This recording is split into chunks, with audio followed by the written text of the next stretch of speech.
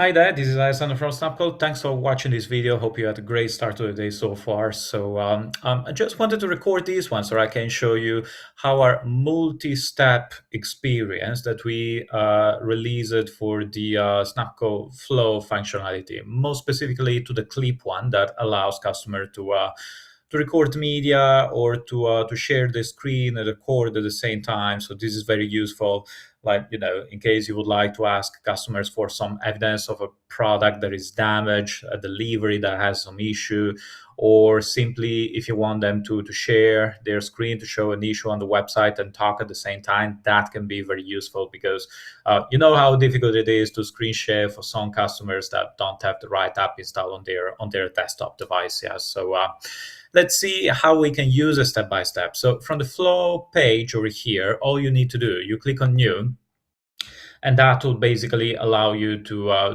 enter your flow builder. Yeah, so in this case, by the way, we are talking about the clip functionality, so just make sure that you are connected to the right one. Yeah, from here, again, the first thing we will be able to do, we will be able to define how this option will appear on your public page in case you would like to add this specific selection into your public page itself. So you can change here the picture of it, you can change the name, the description. This will pop up when the customer will navigate on the public page, and they will see all the messaging that you added translated according to their browser language. Yeah.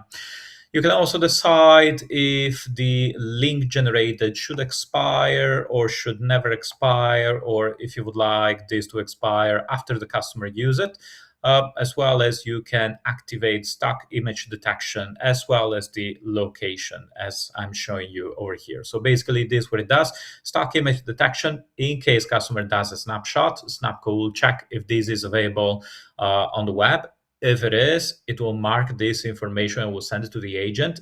If it is not, all good. And the location over here, this basically allows SnapCall to grab the location from the customer browser, and then it will be available on the media viewer as well. But so far, nothing new really.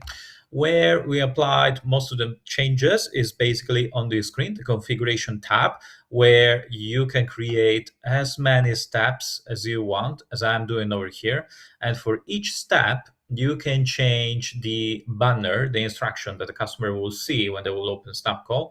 You can decide which type of media customer will be able to record in that specific step, and you will be able to provide as well AI action. You can basically tell SnapCall if you want to have a transcript summary, if you want to extract information and place them within custom fields, or if you want to add a custom prompt so that you can ask SnapCall to do something specific. And this is about content recognition. Yeah. So over here, once again, these are the main changes. Yeah, you can create as many steps as you want, if I'm not mistaken, up to 10 or even more than that. And this is very useful because it is not just like, asking customers to upload something, but you are telling them which information you want, and you can potentially tell them where this information is located on your website, on your product, etc., etc. So here you are just making sure that the customer provides all the information that you need so that the agents can just focus on solving the tickets and not on requesting more information. So you can imagine how much you are cutting the resolution time of your tickets, and potentially this could have a positive impact on the CSAT as well. So this is why we built this feature over here, and we expanded in this multi-step capability. Yeah. In the outcome tab, so you can basically decide how the AI output will be added on the ticket, if this should be added at all, if you want them public or private. So you are in control of that. You can define in the best way that you want, as well as if an agent is sending this link to the customer via Zendesk, this can be sent as well with a custom message. And here is how you can change it and how you can change the message that the customer will receive it together with the link itself. Yeah, so this can be useful as well to give some more context to the customer before they click on the link. Yeah. So what else I can share about these features? So once you create a flow, you can basically use it in multiple ways. So once again, an agent will have it available on Zendesk. So if I can If I can quickly show you maybe in another video how you can do that, I will add that on the article itself. But also, you can generate a QR code, and this can be saved and can be, for example, given to the customer via ticketing, via email, via whatever, really. Or you can copy the link and you can add this link into a web view of your Zendesk messaging widget. Yeah.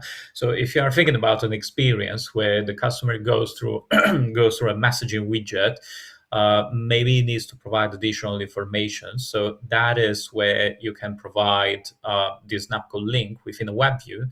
So the whole experience for the customer will happen actually within the widget itself. They won't need to switch between different tabs, and once again the experience will be much cleaner, yeah, much easier to follow for the customer as well.